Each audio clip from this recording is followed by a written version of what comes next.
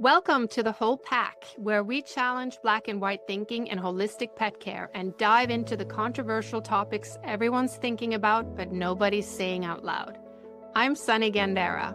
And I'm Melissa Sherman, and we are two holistic pet health practitioners here to prove that holistic care can include critical thinking, self-care, and yes, even Western medicine when needed. This is a judgment-free community we wish we'd had when we started our journey. Hi, and welcome back. Today we have an amazing guest. Julianne Hart is a holistic cat therapist, soul activator for cat guardians, empath, author, cat mom, and behaviorist. She has worked with cats for 20 years and founded Naturally Cats to provide holistic help for cats and their guardians. Julianne uses a combination of energy work and emotional support with both the cat and their human to help create a deep and spiritual bond. She wants to see cats thrive rather than simply survive. Yay. Her specialty is working with anxious cats and anxious guardians. She has two amazing books, The Aromatic Cat and Cat Chakras, and her mission is giving cats a voice. Welcome, Julianne. I am so excited to have you here. Thank you, Melissa and Sunny. It's great to be here. Your show is awesome. Thank you. Yeah, so Julianne, so you've worked with cats for more than 2 decades, but you didn't start out that way. And just like Melissa and I, we also came from completely different careers, and I believe our listeners can relate to that. So I would love to hear tell us your story a little bit. Like, how did you get started, and then how did you find your way into the world of cats, and what led you to create Naturally Cats? Sure. Thank you, Sunny. So we've always had cats in my family. Like, we are a cat family, and that's nothing against dogs at all. We've just always had cats. So I've grown up with them, and I didn't realize until recently that I'm autistic and an empath. So when I was younger, I would always gravitate to the cats. Whenever we were with family, friends, I'd always go towards the animals. It was comfortable, it was safe, it was reassuring, it was just safe for me. And when I left university, I desperately wanted my own cat. I felt like I was a grown-up, now was the time I could have my own. And so I got my gorgeous girl. Let me just get a photo. I got my gorgeous girl, Pickle. Oh, she is pretty. So sweet. She took a while to come to me. We had to wait 6 months. There were no cats at the rescue centre. Can you believe it? Wow. No cats. Unbelievable. Anyway, she turned up one day, and yeah, she was mine. And crikey, she rocked my world. She changed my life. She was incredibly poorly for a very long time. I didn't understand a lot of her behaviours, so she led me in the early days to train in behaviour, to understand what was going on. And then as her health got worse, again, she led me down the path of exploring complementary therapies and modalities, training in, chakra work, using crystals and aura healing, animal healing, energy healing. And also feline zoopharmacognosy, or like animal self-selection, using botanicals like essential oils, dried herbs. And it just all blew my mind. Every course, every experience with her, I would come home and I would try the stuff, and she was so good. She let me, she guided me, she would clearly show me what was right and what was wrong. And everything was just in it such a struggle. No, not a struggle. It was such a driver for me to try to help her be well. The vets just kept saying, change her food. We found out after 2 years of constant vomiting that she was diabetic, and it was like the biggest relief off my shoulders. I mean, I burst into tears when the vet told us it was a locum. We had some answers, we had some things to treat. So I pulled it all together basically to create Naturally Cats, because back then I wanted someone who would do what I was looking for, which was have a holistic approach. So, I'm not anti-allopathic treatment. I think there is a need for it, a desperate need for it at times, but the vet that I had a couple of times, he laughed at me on one occasion when I'd asked him questions about her health and changing a medication. And I wanted to have a team. I wanted to work with someone to help her heal, to help her be well. So like the animal communication, the energy work, the medication, I wanted to bring it all together. So that's why I decided to create Naturally Cats. And it was more of a hobby, like a sideline for a while. As I would train in a course, I would have like the odd kind of client, or case study.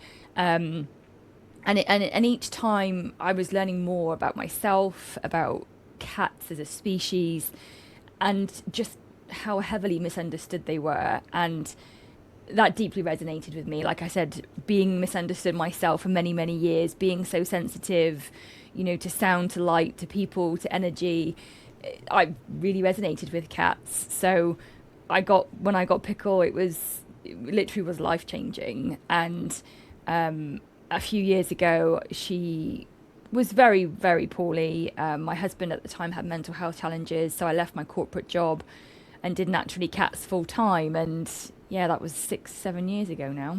So, And yeah. what did you do before? What was your corporate career? Well, the last one that I was in, I was a benefits manager for the government. So I would work with project teams, help them identify, what benefits they were going to create from their project. In the agency that I'd worked for, I'd had all sorts of jobs, mostly around continuous improvement, improving things, making things better. But yeah, I left as a benefit manager to work with cats full time. My I love family it. thought I was crazy. Much better where you are now. Yes, much more aligned, I would say. Yes. Thank you, Pickles. Absolutely. Yeah, she was incredible. Yeah. So, what inspired me to have you on is a reel that you had, and you mentioned something with productivity as emotional avoidance, which blew my mind. I'm guilty of that. It actually made me stop and think, right? But I think it, and I'll remind you, just in case you don't know which reel I'm talking about. You had just launched something, right? Like a workshop, and you had physical symptoms afterwards. And it was kind of this acknowledgement of, you weren't feeling things through that. You were just trying to kind of get it launched, get it done, do all the actions. So when did you first think of this, or when did you first realize that productivity as emotional avoidance, and how it applies to you, other people? And thank you for sharing that, because seriously, it made me stop and think, like, am I just pushing through things instead of like actually enjoying them or feeling them? Even if sometimes part of it is like like the admin stuff of it, maybe it's not my favorite part, but like actually being in the moment with it instead of avoiding it. So again, thank you for calling me out. My pleasure. Happy to help. Wherever I can. I would probably say it was through my divorce. So my ex-husband and I were, we're really, really best friends, but he had mental health challenges that he wouldn't or couldn't face. And I couldn't hold it anymore. So I decided to step away, and we split up, and it was one of the hardest things I've ever gone through. And, saying goodbye to your best friend who you still loved, but knew that you had to pick yourself, because otherwise I'd be lost forever if I had continued in that situation. So it took me, probably 3 years to get over that, to deal with that, and just the loss, the grief. So it was great, because when I didn't want to feel those feelings, I would throw myself at my job. I would sit here, I would schedule like a week of social media posts, or sometimes a month if I was really, really avoiding things. I would sit and, plan blogs. I would sign up for courses. Like, I would do this stuff, because if I was doing this stuff, then I wasn't being bad in my business. And if I was being okay in my business, it was one less thing to guilt myself about. And it was easy to say to myself, like, I'm doing the right thing over here, so I don't have to face the stuff that was over here. Because there were many a days when I would, cancel clients or move calls because I was just sobbing and crying and journaling and, grieving.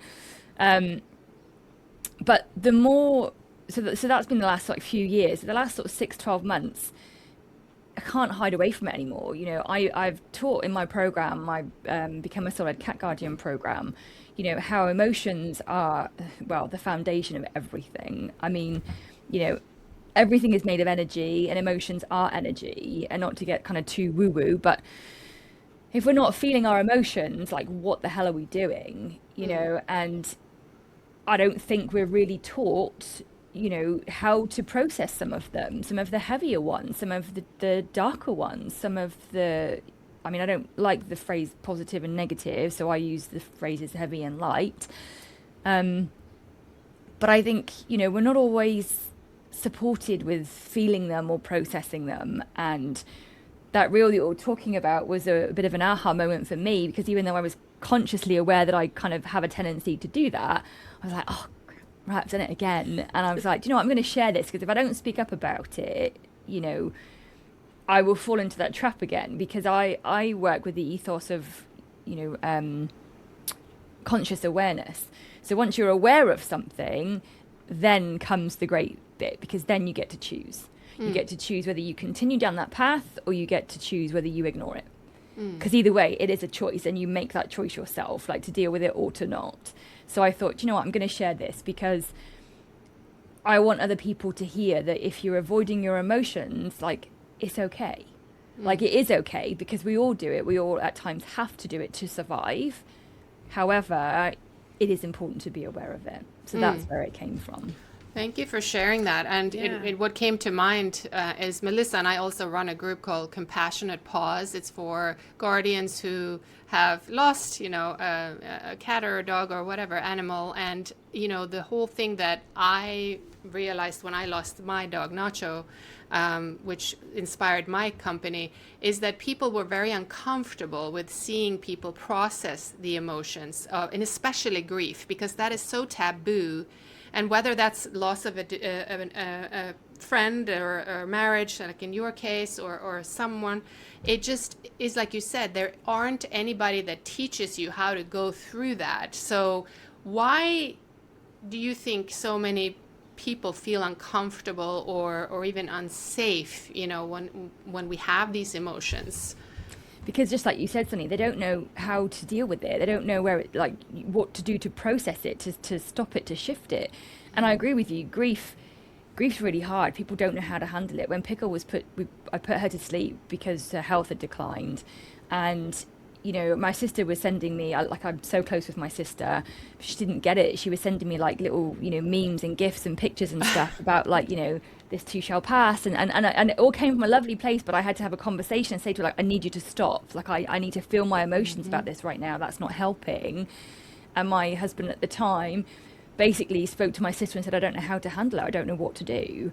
And in the end, I ended up taking a few days away by myself, like at an Airbnb, because I just needed to, like, grieve on my own without having to manage the energy of other people, without managing their experience of my grief. You know, so I think there is definitely a gap in our education as we are growing up about how to process feelings. Yeah. You know, and what you do with them. So, like, if you think about it, when you bang your knee when you're little, your parents are like, oh, it's okay, you'll be okay. You know, you rub it down, like, there you go, off you go, you'll be all right. You know. So how often do they sit there and say, come on, let's just sit for a minute and feel that pain, because that's sore, isn't it? You know. Never. And I think also, like, not to, in no way to blame or shame the generations. You know, if you think about emotional evolution through the generations, you know, we are at an era now where we are talking about how we're feeling, and you know, they didn't do that the one before, like my parents, do you know what I mean? You know, they don't really share how they feel. Like, whenever I ask my dad, how you doing? Yeah, I'm fine. How was work? Yeah, busy. Okay. Like, what are the feeling words in there, Dad? Do you know what I mean? Yeah. Like, you know, what are you actually feeling? So yeah, that's I think part of the problem. Yeah, and the busyness is rewarded, right, in society. Like, oh, that's kind of like, especially here in the US, it's like, oh, I'm so busy, and they feel so proud, you know. It's like, I don't know what we're striving towards, but you know, but yeah, no, that's great insight. Thank you. Yeah. No, think I also in the really business- appreciate it. sorry, Sorry, Melissa, go ahead.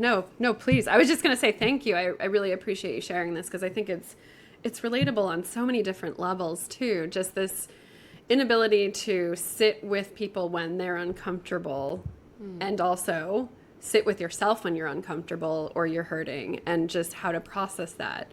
But it's just I mean, I think it's changing. Like, I really have hope for that, and it's just talking about it and letting people know it is okay, and teaching people how to really sit with somebody when they're uncomfortable. Sit in that discomfort. You don't have to say, oh, your boo-boo's okay and you can go on now.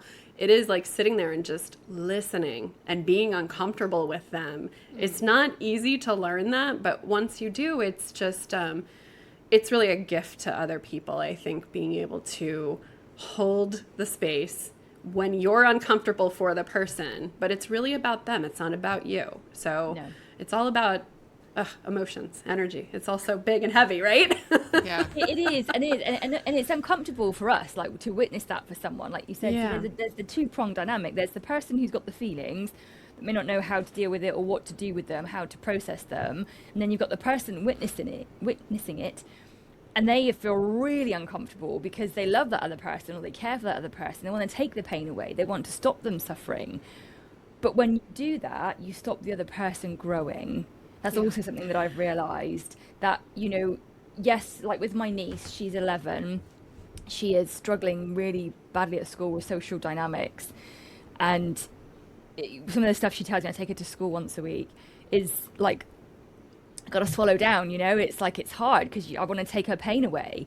But she's 11 and she's navigating secondary school and social dynamics, and she's learning, and it's hard and it's tough. But I can't take that away from her. I don't want to take that away from her, because yes, it will help her to build resilience and, you know, all those kind of things. But also, like, she's here as a soul, as a being, and despite what your religious or whatever beliefs are, you know, I believe she's here to learn, to grow as a soul. So if I sit and say to her, do this, try that, etc., you know, it's taking away her chance to grow. And I think that is something that, again, we don't talk about enough, because when you're trying to, like, help someone, think about how you're actually helping, because if you're taking it away from them and giving them the chance to deal with that heaviness, they don't get to evolve from that. And I know it's hard, like, it is really hard to sit and hear them in that pain. But think about your own self when you've been in that situation, when someone just says, like, I'm here for you, you know, I am here for you, how can I help you, what can I do to support you, rather than saying, try this or do that, or how about we try this way, like, I don't need you to fix it, I need you to just witness me, because that actually makes me feel more powerful, more strong, and then I know that I have the chance to deal with it or to shift it or whatever it is, you know. So I think emotions are becoming more aware, but I still think we've got a ways to go. Yeah. And it's, you know, I think what you're saying, even just when you said it, I don't even have anything heavy on my heart, but you just even saying that, I could feel this relaxing in my shoulders. So when someone really truly can hold space for you, and you don't feel like, now I have to manage their emotions, or, you know, I have this going on in my life and they're sharing a story about their life and now I have to hold that. Like, not having that is just like, oh my gosh, I can just say this and get it off my chest, because that's really when we're feeling something. I mean, for me, just saying it out loud sometimes, me witnessing myself saying it out loud and having someone else just holding the space, oh my gosh. That is so like, much better. Yeah. yeah, Absolutely. it's And I love that you shared the story about your niece, because I just, like, yes, I mean, I thought of it because right now I'm Norwegian. I'm originally from Norway, but also here in the US, I see young parents just doing exactly what you're saying not to do. Is like kind of coddle them and preventing them from having uncomfortable experiences. And then what happens, and I see that in my own family, I won't say who, but I have nieces and nephews too, and they are helpless. And they, like, start crying at the drop of a hat because they're not taught, like you say, to have their own experiences. And it's so important, but it is very difficult, right? To sit there. So it's so hard. So hard. I mean, like you said, Melissa, like, just saying out loud how I feel makes you feel better. It's not like just saying it out loud, though. What you're doing when you're vocalizing what you're experiencing and how you feel, you are moving the emotions out and up and through you, right? You are letting that energy come from, whether it's your solar plexus, your heart space, if it's hurting, and, you know, you come out through your throat. You are literally moving your energy, and what a gift that you can give people to sit there and to, like you said, to receive that from them, to hold that space for them.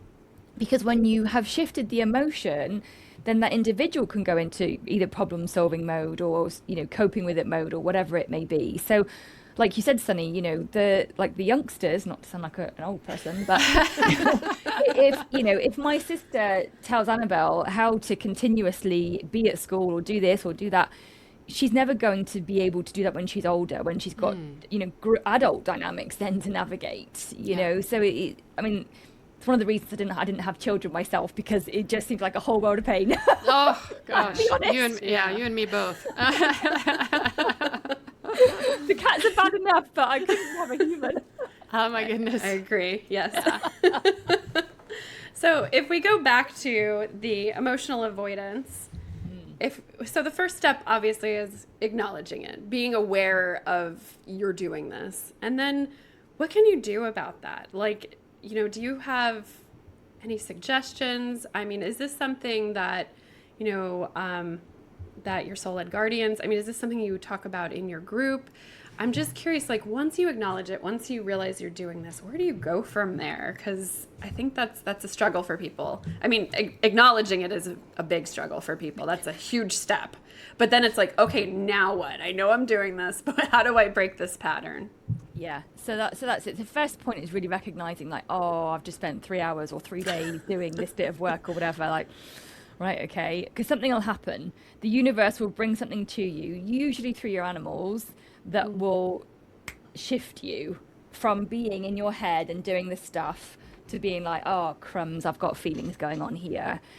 For me, it's my boy Leo. He will do something, whether it is become withdrawn in himself, which makes me panic and worry, and then I'm like, okay, I need to deal with my emotions, or he'll do something like, he'll wee somewhere, or he'll show me somehow that I'm not feeling, I am thinking, and I'm like, right, okay, let's just push the pause button on mummy for a second, because the choice you get then is to face it. It's to face your emotions, and not everybody can deal with that. I get that, and it's not comfortable for a lot of people, but trust me, it's like going to the gym. The more you do it, the easier it becomes, the quicker you can recognize that you need to shift or pivot. So one of the things that works for me is I will go for a walk, like they say, like move your body. And I used to put headphones in and talk. I wasn't listening to anything. I was just pretending, because I didn't want to look like a weirdo walking on the street talking to myself. And talk through my stuff to myself. I don't bother now with headphones. I'm just walking and talking to myself. I don't care what people think. Love it. That happens with age, right? Yeah. And like, if you want to approach me, great. If you want to cross over, that's also fine. So like you said, which is why I emphasize what you said, I move it through myself. Sometimes journaling, great. More recently, though, I found journaling is not like quick enough. I can't write quick enough. I need to talk it through and almost do not necessarily different voices, but I'm speaking from different perspectives that are within me. So like my head will be judgmental and mean and harsh and my critic. My heart will be a bit softer about giving myself grace and, what can you pause or shift this week to give yourself time to feel these emotions, etc. As you know, because we rescheduled this podcast when I was dealing with Leo. Thank you for that. Yes. So the more you do it, the more comfortable it becomes. And processing and managing your emotions also comes with, in my opinion, boundaries, which is another topic that people are like let's not talk about boundaries, and again, though, I've learned the last couple of years that other people's expectations are not more important than my mental health or my emotional health, and that's been a really hard pill to swallow. But the more I have honored myself, the more people actually get the better version of me.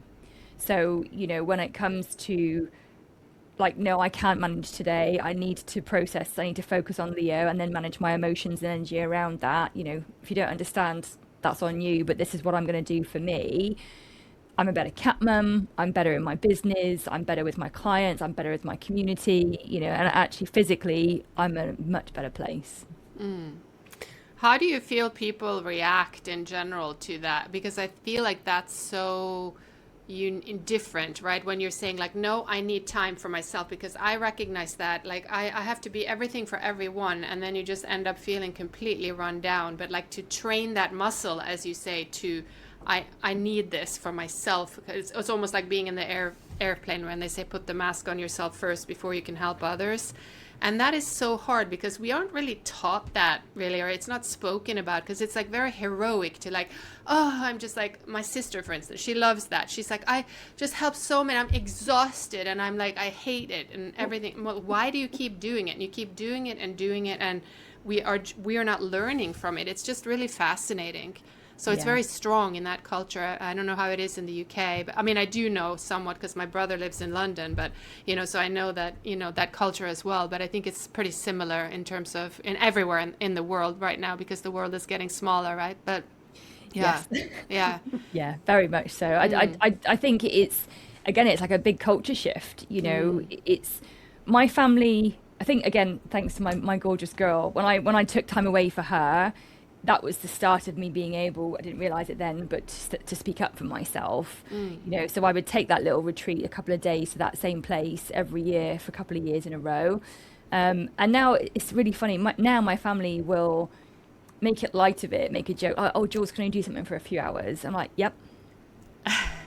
That's true, because like my physical health will diminish, my mental health will be impacted, and I am energetically spent. So yeah, if you want to spend time with me, you get a few hours, and it's in the morning, or it might be around lunchtime. But no, I can't do things 2 days over the weekend because I want a day to myself. I want a day to rest, recover, ready for the week ahead. So again, I think it's as I've grown up and shifted, I've started to let go of other people with their beliefs and their thoughts. I have physical conditions where I need to eat every couple of hours. And my dad's always joked about, oh, yep, 6 o'clock, Jules needs her tea, and 12 o'clock, Jules needs her lunch. I'm like, yep. And I've stopped apologizing or trying to try to explain and make him understand. I'm like, you do you think what you think, I need to do me. And again, the more I do that, the healthier I am in all ways. And it's hard when you see it, like you said, Sunny, as a culture, seeing other generations or other family members almost keep themselves in that victim mode of overdoing, overgiving, when you just think, but you could just say just once, just shift something, you don't have to be all things to all people, but that's their choice. And again, that's a hard lesson, but I made peace with that a while ago. Yeah, absolutely. Boundaries are so important. And it's hard at first, I think, when you first start, because you talking about your father, that reminded me of my family too. I mean, sometimes they label me as the difficult one, and she always has something, and it affects me less than it did before. But it's still something. It's still something I'm walking. It's something I'm learning. It's something I do feel guilt sometimes, and then I have to walk and talk to myself like you. I'm a lot like you, Julianne, in that respect. I love sorting things out in my head with conversation, but it is about, at the end of the day, I feel better because I said no, and I'm sorry that disappointed people, but I know that I feel better now. I'm not out of it for a few days because I have to recover because I did something that I didn't have the energy to do in the first place. I think that's I think that's difficult for a lot of people. I mean, and I'm going to say especially women, just because a lot of us have been conditioned to be people pleasers. So it's a little bit harder to unravel that and learn to no. No doesn't mean that you don't like them. It doesn't mean anything negative. It just means, no, I can't do that. I don't have the energy. I have plans, whatever it is, right? Yeah. And I think that's something, when you learn it, it feels better every time you take care of yourself. Agreed. I mean, one of the things my sister's doing with my niece is she says to her, speak up for your needs. So Annabelle does, and my sister, and obviously, sometimes they can't be met. And my sister's like, yeah, babe, and that sucks. But it is important to speak up for what you need. And maybe with the person you're with or the situation or circumstance, you can compromise or you can maneuver things. But it is important to speak up for what you need, So that I think, now I see that in them. I'm hopeful that it is kind of, going to come down through the generations or shift a culture for sure. Absolutely. Yeah, for sure. So how do you distinguish between genuine momentum and if you're running from something or trying to avoid feeling your emotions? I thought that was a great question when I saw it. I was like, ooh, that's a meaty one. So that really comes down to how it feels, and I don't mean the emotions, I mean the energy. So for me, when I am genuinely like in creativity mode, it flows, and I'm almost like in the cartoon, you could see steam coming off the keyboard, right? Like there's flames coming off it, because it's just like, wow, like I am in creativity mode, and I'm gonna do this and create that and put that there, and and again, also I look at the clock, I'm like, oh my god, 3 hours have gone by. Yeah. There is the time collapses in. So there's a different energy around it, whereas if you are doing it for avoidance, there'll be the slow, heavy, sluggish, pick up your phone to scroll every now and again, and what else can I do, and look out the window, and it feels heavy, it feels different, and you don't really get many jobs done. You'll start a couple of things but not finish anything, but you're still being busy and active, so it's okay because you're still in your business doing your stuff. But actually, if you look at what you've done for the last 3 hours, you're like, haven't actually completed a single task there. Yeah, very true. Very Multitasking too, going back and forth. Yeah, I relate. Yeah, you get it. Yeah. Yeah, it's about the energy that sits underneath it. For me, that's what I've noticed. I just want to say, like, there is a point, like, we do need to numb sometimes. We do need to be in avoidance sometimes. I think that's also really important to kind of highlight for people, because we are humans, and being a human is hard. Like, at times it's really crusty and really heavy. And of course, there are times when there is so much joy and so much lightness. And we've got to navigate all the stuff that comes in between. So, like, if you've got 50 million things going on, and then the cat suddenly gets poorly, or the dog comes in with a limp or something, and you can't feel all your emotions, that's okay. If you need to numb for a bit, that's a form of self-preservation in my opinion. Zoning out with Netflix, or whatever it may be for you, as long as that is for a period of time. So like someone in my community, I never forget, a couple of years ago, she said she found out like her cat was poorly, and she said, give myself 2 days. She said, I'm going to eat chocolate cake, I'm going to overload on carbs, and I'm going to binge watch my favorite films, and in 2 days, she said, I'm clawing myself back out of it. And I was like, oh, I love that post. I thought it was brilliant. That's so great. Numbing is needed. It's just about the duration of how long that lasts for, in my opinion. Yeah, that's very important. Yeah, that's a very good point for sure. Well, we're talking a lot about humans, and Yes. but we want to talk about cats too, right? How does that fit into the picture? Because I love how you work with cats and how you've come to kind of get so close to them. And as someone who doesn't currently have cats, but I grew up with cats. I actually didn't have a dog until about 20 years ago. Now I'm dating myself because I'm only 32, but no, I'm just kidding. But yeah, I was just really curious, because there are a lot of misconceptions about cats, but we'll get into that. But when I looked at with the questions that we're going to ask you this, I wanted to how can we learn from cats, and what do you think they understand about rest that we have forgotten? And they're very independent. They're like, yeah, I'll just take a little, attention, and then I'm just going to go do myself. And I'm almost like jealous of the cats because the way they are. So I'm like, I want to be like that. But, it's just so fascinating to me. And I would love to hear what you think we can learn from that, given that we always have to be, so productive and so busy. And what do you think? Like, I would love to hear your take on that. Yeah, so I think cats teach us about presence, which is something as humans, most of us are terrible at. We are thinking about what happened yesterday, or what we've got to do tomorrow, or what we've got to do tonight, what we didn't get done a week ago, what's coming up in 3 months. Our brains love to keep us on our toes with our thoughts in the past and the future. And cats just don't see things that way. They are so present. Aside from a cat, if they're dealing with, if they've got trauma from before and they get triggered and stuff. But, most of the time, cats are present. They are, and it's funny you use the word independent. I've had so many people say that to me over the years. I don't know if that is the right word for them, like, it's almost like self-assured. Like, they know what they need in that moment, so they go and do it. Do you know what I mean? Yeah. Because they need connection. Like, they thrive on connection. So when people used to say to me, oh, cats are so aloof, they're not like dogs. I'm like, no, they're not like dogs, because they're a different species. They're a different breed, right? Different species. But they do need connection. They just as much as humans and dogs, I would say, you know. But the fact is they are self-assured that they know what they need and they go and do it, and we don't do enough of that. Like we said about boundaries and, you know, time boxing your energy or whatever it may be. We think about others, and not just in the realm of, you know, being considerate of another human. Like we've said, we worry about, you know, their emotional state and how we're perceived and those kind of things. But cats don't. They're just like, I am who I am, and I'm okay with that. And I'm like, Love that. Wouldn't it be great to be like that? Yeah, exactly. No, you know, and I love that you brought up that. I'm just going to interject one, and then I'm a talker, as we all know. But when you said that independent, I actually threw that out kind of consciously, because I also hear that, and I have a pet sitting business besides my health coaching business, right? So I do a lot of dog walking, but I also get cat, you know, sitting jobs, and it just strikes me the different way that pet guardians or, you know, look at cats and dogs and their needs. And I actually had someone hire me and tell me that I need only to go once a week. They were gone for 3 weeks, and I literally felt physically uncomfortable.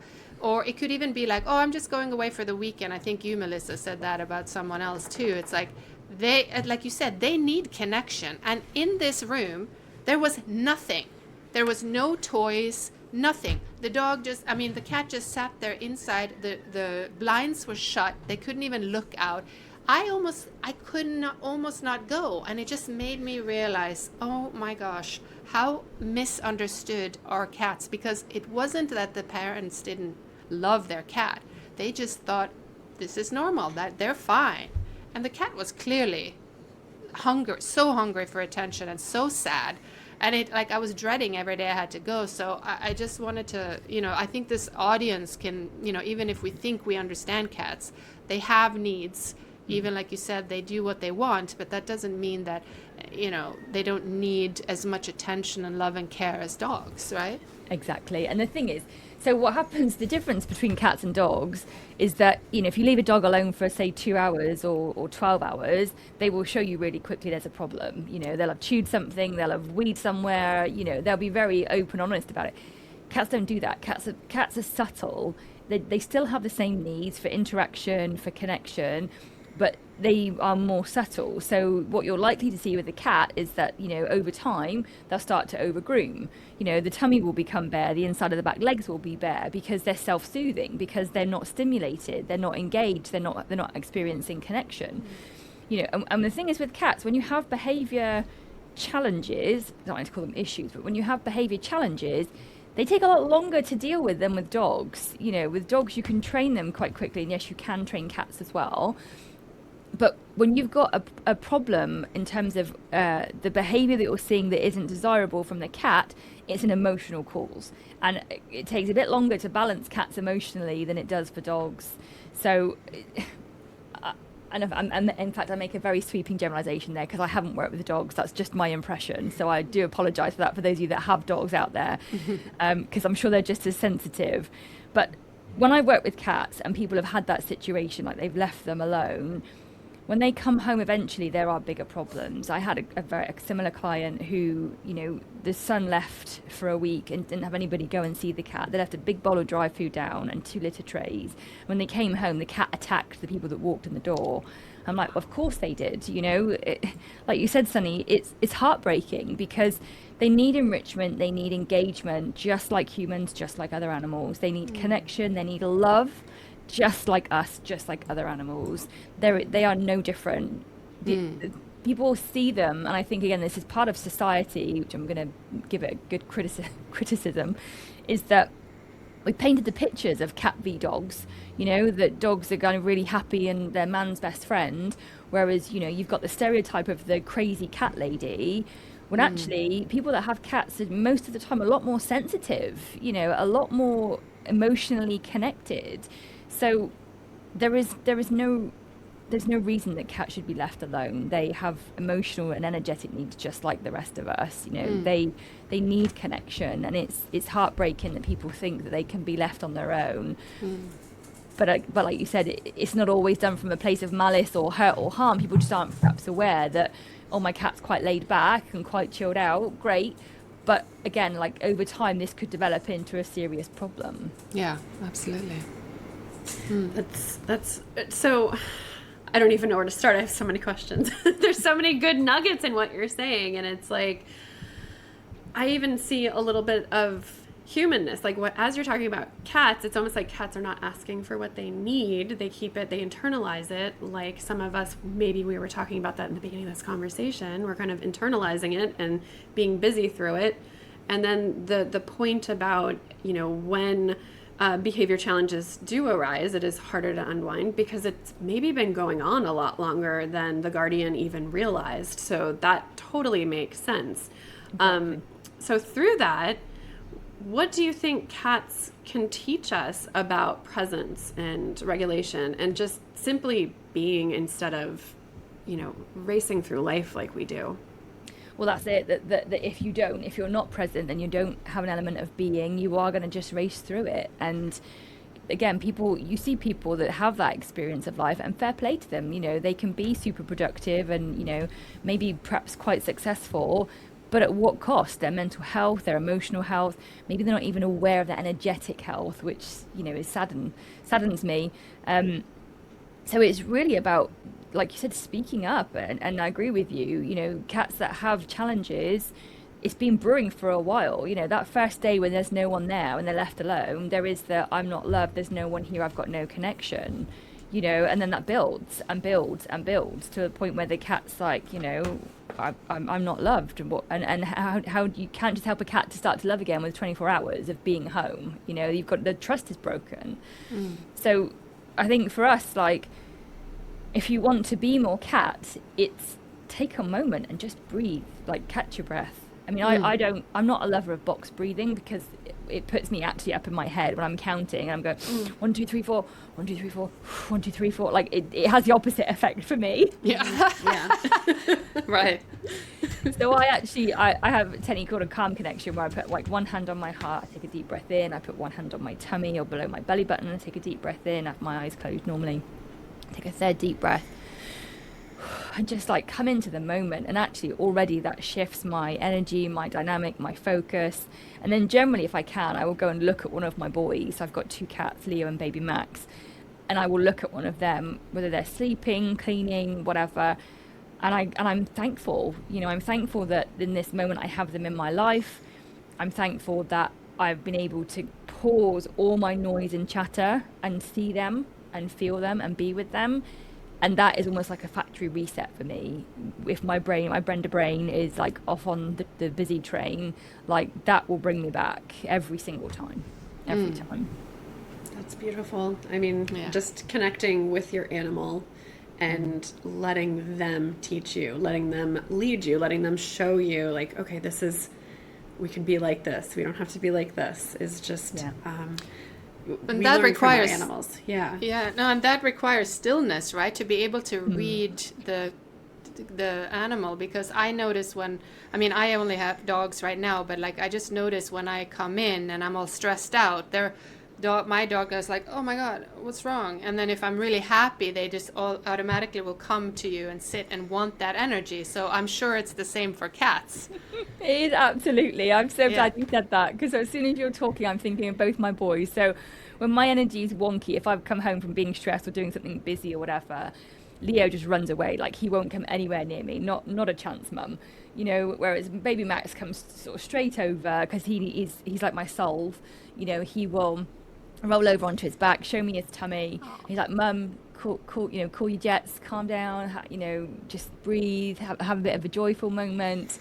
And then when I have shifted my energy, then Leo comes back in and he's like, almost a bit like, how you doing? Like, yeah, you're okay to be around. Oh, come on over, you can stroke me now. Yeah. I love that.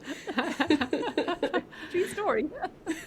They're so intelligent. I mean, we really have God, so much to learn from them. It's amazing. Yeah. All animals, Agreed. Yeah. Agreed. Yeah. So for someone listening right now who hasn't sat still without their phone, without thinking of what they have to do next, what's one small thing that, isn't another productivity masked, right? Like, oh, well, I'll just go clean because I also have to do that, right? Because we do that. We'll step away from our computer and then we're unloading the dishwasher and it's like, okay, I'm still busy. So what would be just a little nugget of it, a little tip for them? Okay, so I've been thinking about this, and you may think this is a bit strange, but bear with me because it has, for me and my clients, has really good results. So I would recommend that your listeners get something called a feelings wheel. You can download it online. If you just have a bit of a Google, I meant to bring mine with me, but it's downstairs because I was using it for journaling yesterday. In fact, can I share a screen? Would that work here? I think along the bottom you can see there's a share. Excellent. Yeah. Okay. I'm very curious to see what this is. Yeah. I love tools. Okay. It's simple, but I tell you, it's so effective. Right, let me find window. Okay, can you see my screen? Yeah. Yeah. Okay, oh, wow. Brilliant. So if you just literally have a Google and put in feelings wheel or emotions wheel, this one, like I said, I don't particularly align with the word negative, but this is a negative effect one. And basically, you just, like I said, take a deep breath, kind of close your eyes for a second if you want to, and then have a look and see like what resonates, like what words jump out there for you. And there's that one, and then there is, I don't know if you'll still be able, hang on a second, to see my screen now. If I do this one, can you see my screen? Yes. Okay, so this is, again, positive, but this is the ones I could find to put on my screen. So don't worry about the different like levels of them, like where they're positioned. But like for you two now, like, can you pick out one or two that you feel like genuine question I can share with us? What do you feel? Accepted and confident, which it's a little surprising, but the accepted, I get it, but the confident, it's like, okay.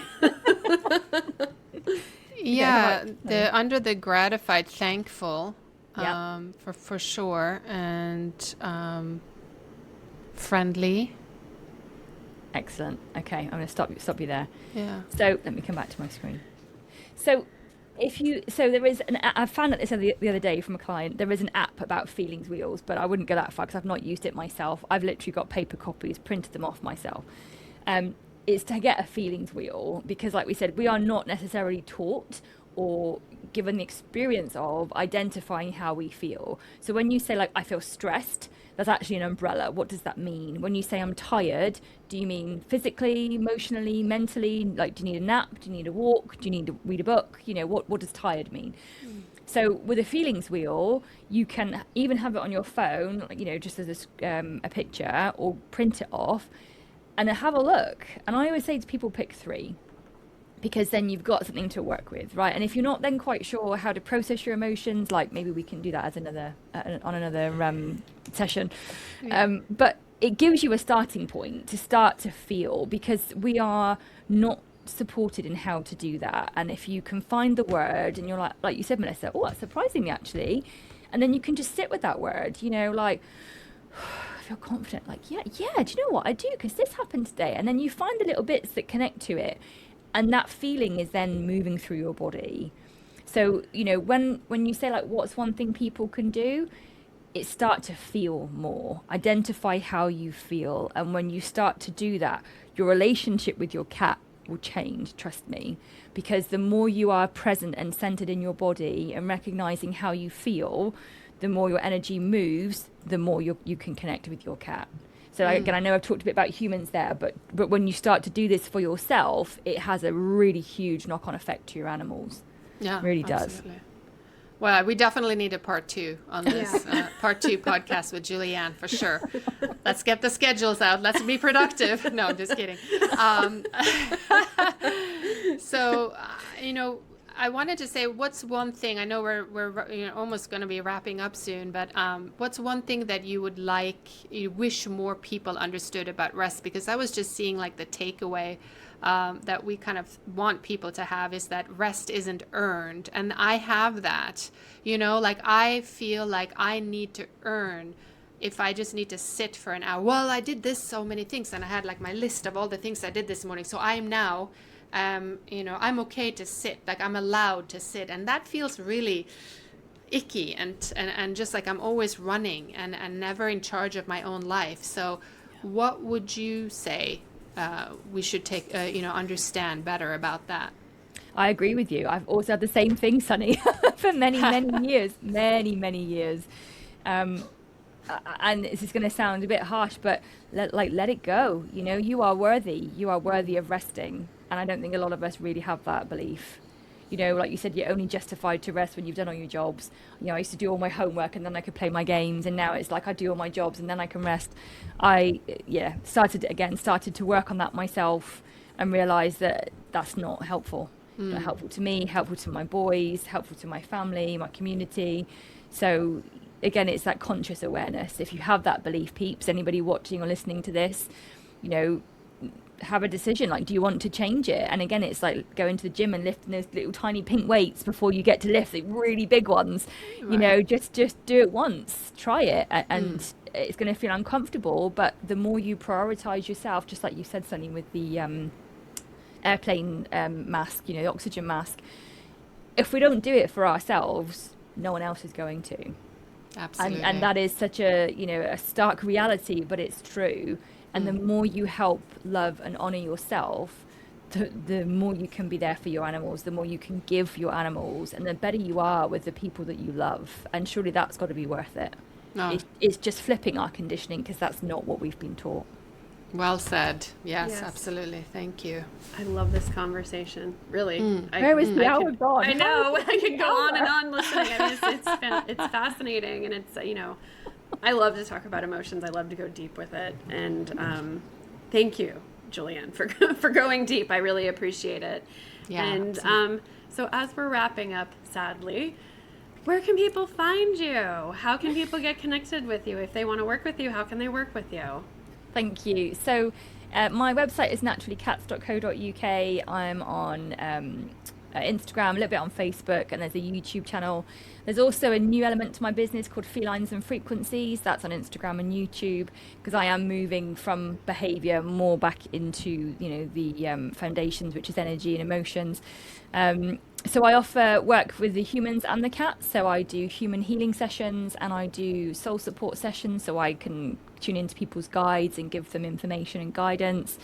And then for the cats, I offer a cat chakra cleanse treatment, which is again like a factory reset and like a beautiful healing treatment for cats. Excuse me. And an energy insights and cat communication session, which is a bit of a shorter one, and it gives you an insight into how your cat's energetic health is, and you get to ask a couple of questions for the communication. So all the information's on my website. And then with the new frequency element, I offer frequency healing. So I've got a frequency device that I have to say is just rocking my world. The last few months I've been using it, it is just shifting things with cats and clients and my own boys more than I ever thought possible. So I offer frequency healing as well, at the moment just for cats, but I'm sure it's going to come for humans before I know it. So it's a bit of an evolving part of my business at the moment. But yeah, find me on socials or head to my website, naturallycats.co.uk. So exciting. Thank you, Julianne. Right. I really appreciate it. Sunny, you want to wrap us up? Yeah, so thank you guys so much for tuning in today. And Julianne, you've been an amazing guest. And like I said, let's watch out for part 2 with Julianne soon. There's so much to talk about. Thanks for all your support.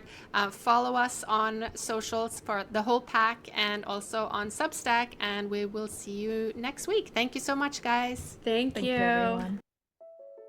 Before we go, we want to remind you that the information shared on the whole pack is for educational purposes only and is not intended to replace veterinary medical advice, diagnosis, or treatment. Always consult with your veterinarian before making any changes to your pet's diet, supplements, or healthcare routine. Every animal is unique, and what works for one may not be appropriate for another. We're here to empower you with knowledge, but your vet is your partner in your pet's individual care.